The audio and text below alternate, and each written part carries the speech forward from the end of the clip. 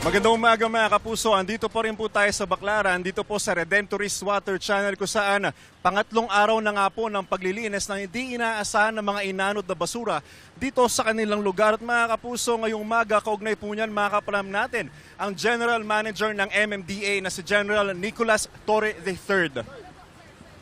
Jen, magandang umaga po. Jen, unang tanong lang po, no? Kamusta po ang cleaning operations natin bilang pangatlong araw na po ito? Well, pinadalhan na natin ang heavy equipment natin. Nandito sa likod natin yung trash screamer para nakita nyo naman, medyo mas mabilis yan na kumuha ng basura dyan sa gitna. At pagkatapos, mayroon tayong mga trucks na rin na paglalagyan itong mga basura na ito. Jen, may tansya na ho ba kayo kung gaano na ho karaming basura ang naialiso natin? Sa ngayon, nadagdagan pa pero mamaya bibigyan ko kayo ng actual na count dahil hindi pa namin na total lahat ito.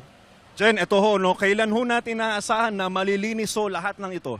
With the trash skimmer siguro, in a few days, hindi namin masigurado lang kung hindi ko kasi mabigyan ng exact timeline. Pero in a few days matatapos ito. Kaya natin ito.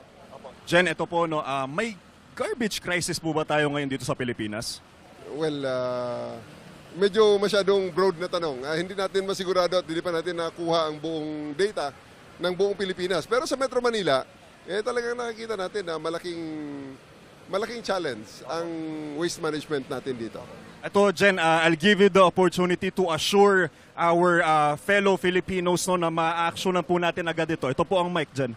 Well, nandito naman ang MMDA. Dala natin ang ating mga kagamitan at kaya natin itong linisin. Ang malaking concern na lang dito, pagkatapos ng malinis ng ito, anong kasunod? So, ang isa sa equally important na aming ginagawa ngayon ay sisiguraduhin na huwag na itong maulit or ma-prevent ang pag-recur ng ganitong problema, no?